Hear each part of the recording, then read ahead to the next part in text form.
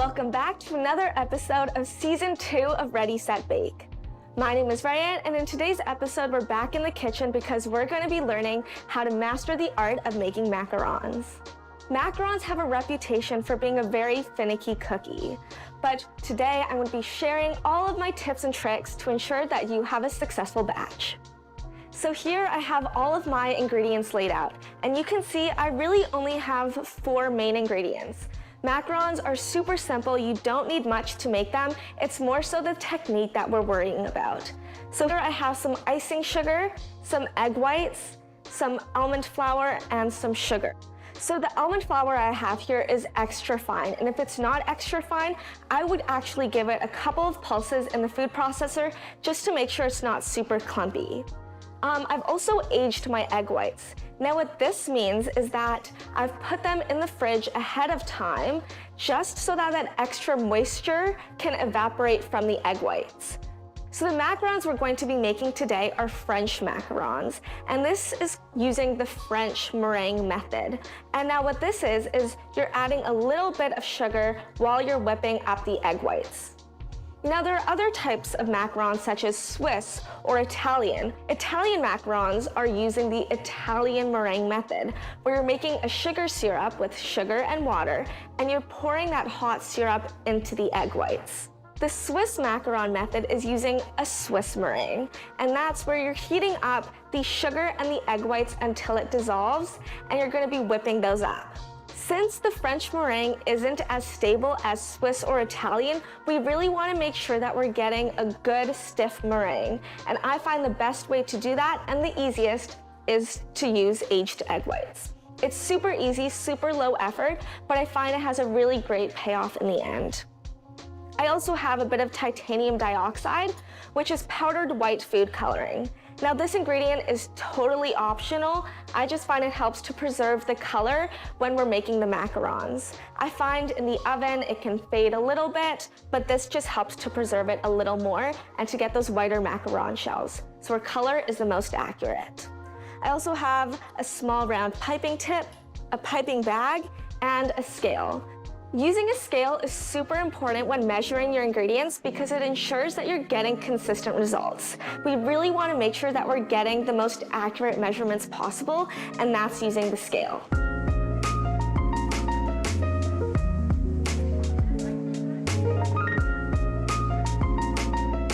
So I've taken out all of the ingredients that I don't need, and here I've left my titanium dioxide, my almond flour, and my icing sugar. Now the almond flour and the icing sugar is full of little clumps, and that's not going to make our macaron batter very smooth, so we're going to sift them out. Here I just have a sieve, and we're just going to put our almond flour through. I like to put the almond flour through first, and then the icing sugar, and then I sift them together again. And I find this gives me the best results. We're getting those nice, smooth shells.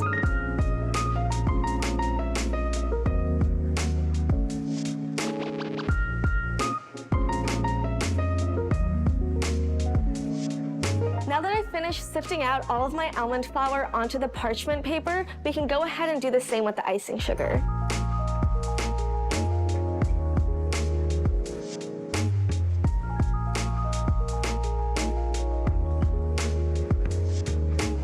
Once we've sifted our icing sugar and our almond flour, and there's clumps left in here, we can just go ahead and discard those because we don't want those in our batter. And then I just like to add the titanium dioxide right on top right now, and then we can go ahead. This is why I like to use the parchment paper. We can just scoop it out and then pour it back into our bowl.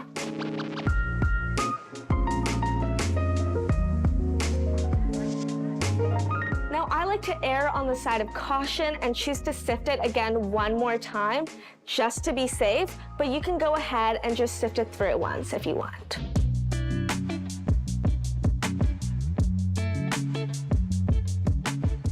I've put my sifted ingredients to the side, and now we're gonna get started on our meringue. So here, like I mentioned, I have my aged egg whites and my sugar. I know it's a very small amount of sugar, but we're adding a lot of icing sugar, so it'll be definitely sweet enough. So I'm just gonna pour my egg whites into the bowl. And then we're gonna start whipping them up. So here I just have a hand mixer. You can do it in a stand mixer. However, I wouldn't recommend doing it completely by hand because that's a little too difficult, especially when we're forming a meringue, which means you have to whip it up quite a bit and aerate the egg whites. So I'm just gonna start on low speed, and then we're slowly gonna add the sugar once the egg whites turn frothy.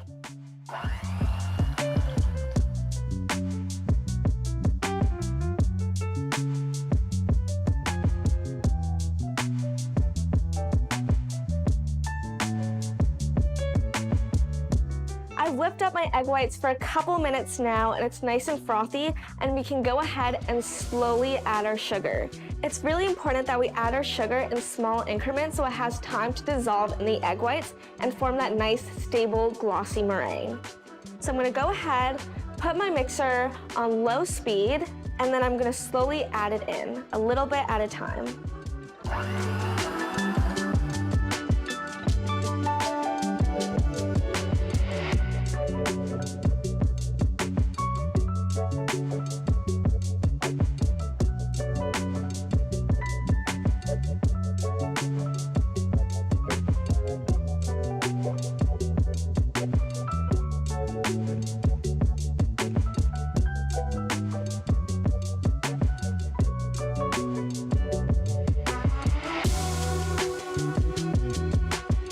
So I've added all of my sugar in, and now I'm going to turn up the speed to high and whip it until it reaches soft peaks.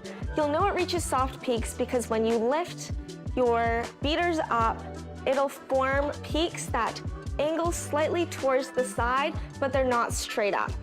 When they're straight up, those are stiff peaks. We just want to get them to reach soft peaks, and then we can go ahead and add our food coloring in. So I'm going to go ahead, once again, on high speed until it reaches soft peaks.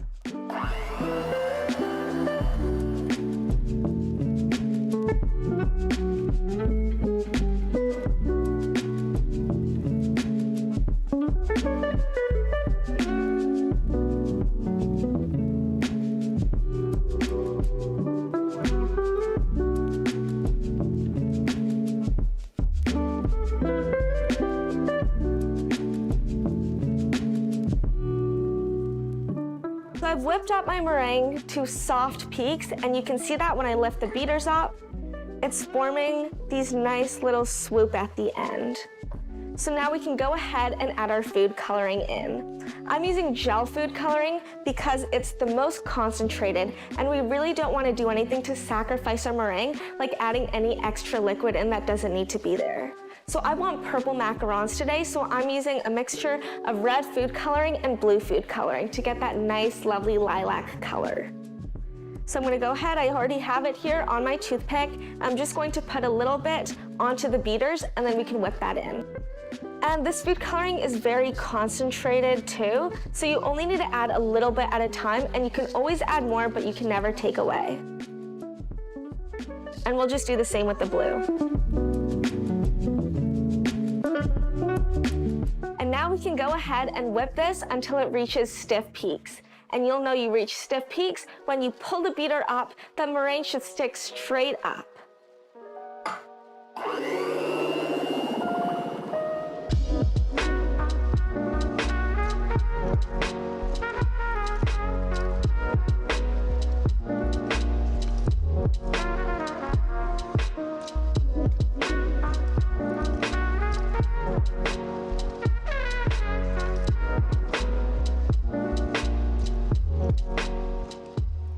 I've whipped my meringue up to stiff peaks. You can see that the peaks from the bowl and from the beaters are standing straight up, so that's how we know our meringue is ready. So now we're gonna go into the process that's called the macaronage, and that's basically folding in our almond flour and icing sugar, our dry ingredients, into our meringue. I would argue that this is probably the most important part of macaron making, and it's the part where most people tend to go wrong.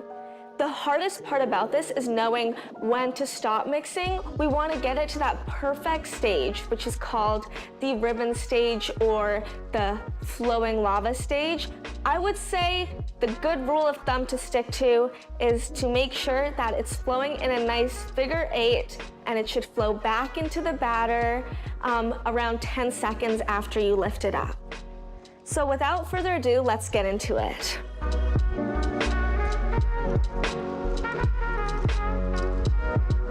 And now we can gently fold this in. So I'm going around the edges first,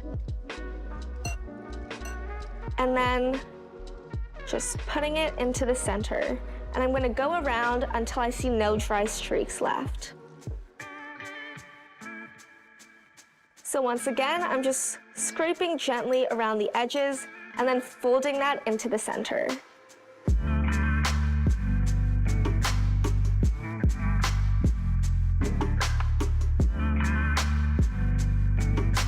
I also like to scrape off my spatula every once in a while, just to make sure all of the ingredients are getting combined evenly.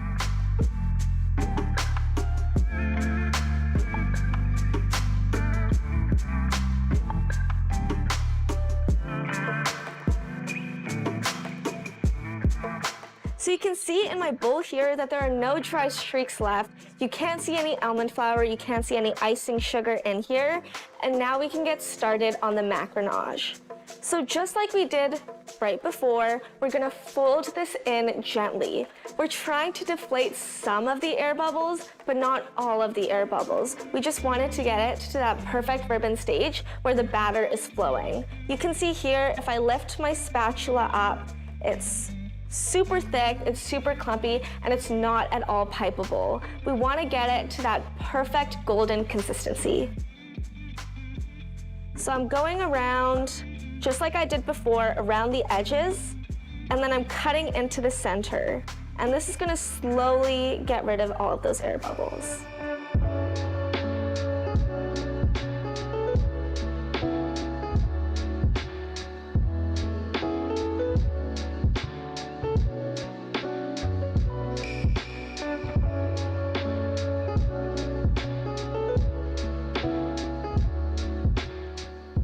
Our macaron batter is now at the ribbon stage, and you can see when I lift up the batter, it flows nicely and I'm able to form a figure 8 without the mixture breaking off of the spatula. So now we know it's completely ready, and now we can start to pipe it out. I have my piping bag here already filled with a small round tip, and what we're gonna do is we're gonna put it into the glass to make it easier to fill up. So I like to just open the piping bag, and then I wrap the plastic around, just twist it tightly, and then push it in the bag. And this will ensure that it doesn't come out, or the batter doesn't spill out. And then we can put it in the glass and then fold the edge over. And now we can fill up our piping bag. So I'm just scooping some batter and putting it in.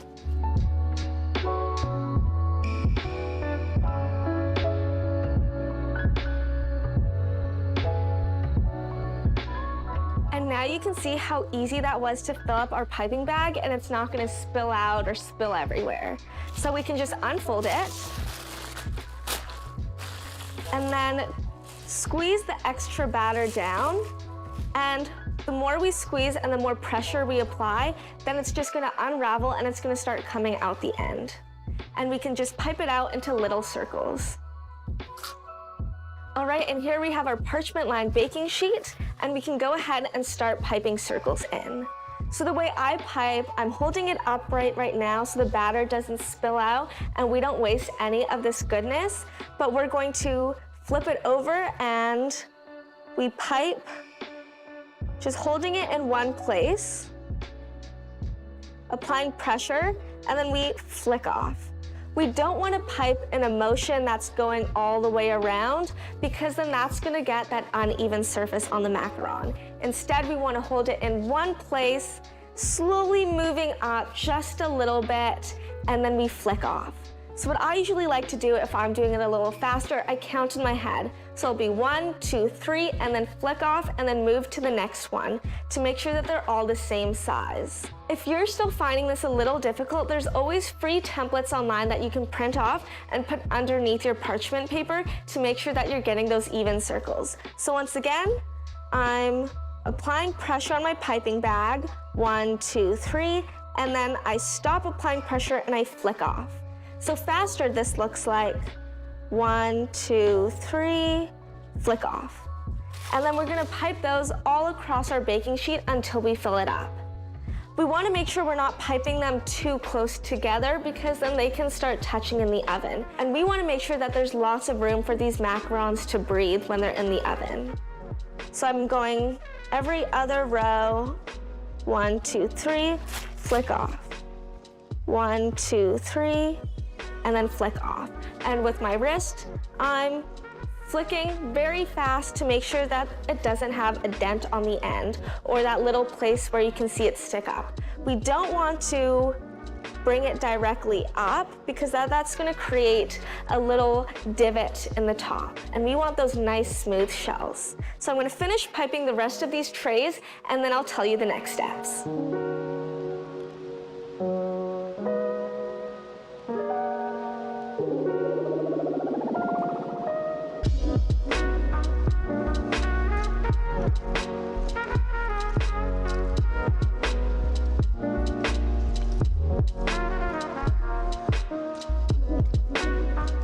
I've finished piping out all of my macarons, and now we need to get out all of the excess air bubbles. So what those air bubbles in there are going to do is they're going to create those hollows or those gaps in the macaron, and the shell will separate from the actual cookie part.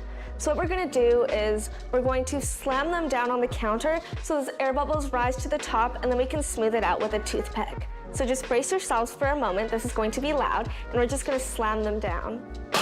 Just like that. And we're gonna do that a couple of times just until we see those air bubbles rise to the surface.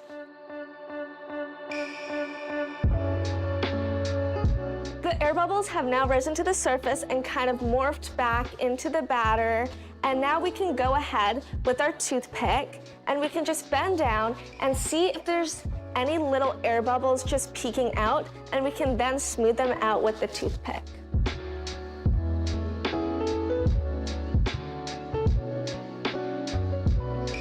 This is really helpful for any air bubbles that may be too big and haven't risen to the surface yet. I know there's some that are a little hidden and we just have to take all of those out.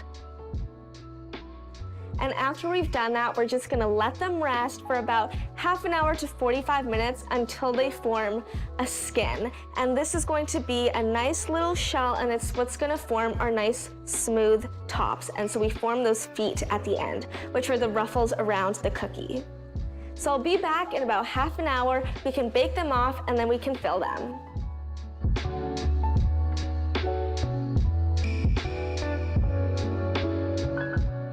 So while the macarons are in the oven, I just wanted to give a quick note that macaron recipes aren't one for all.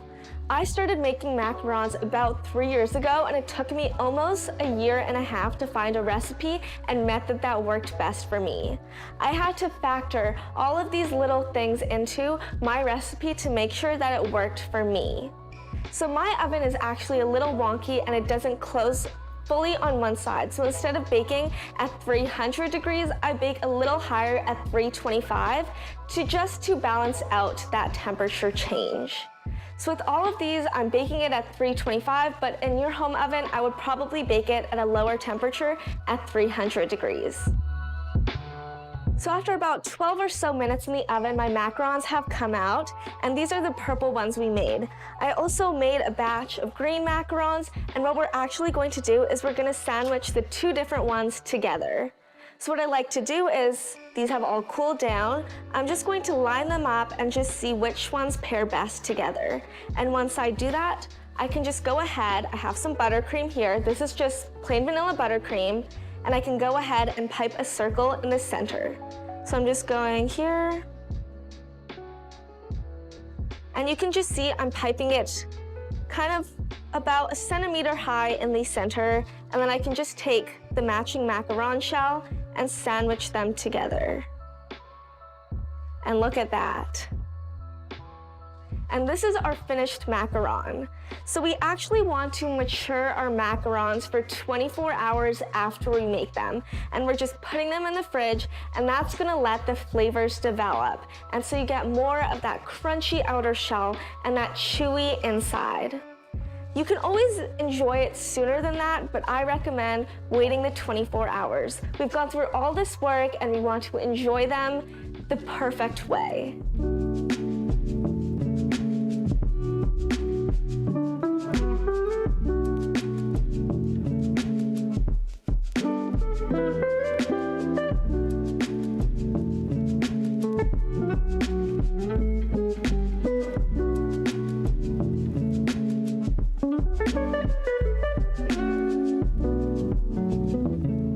I finished filling the macarons and I'm so happy with how they turned out. I love the purple and that green and that pop of color and the buttercream in between. Thank you so much for joining me on today's episode of Ready, Set, Bake, and I'll see you next time.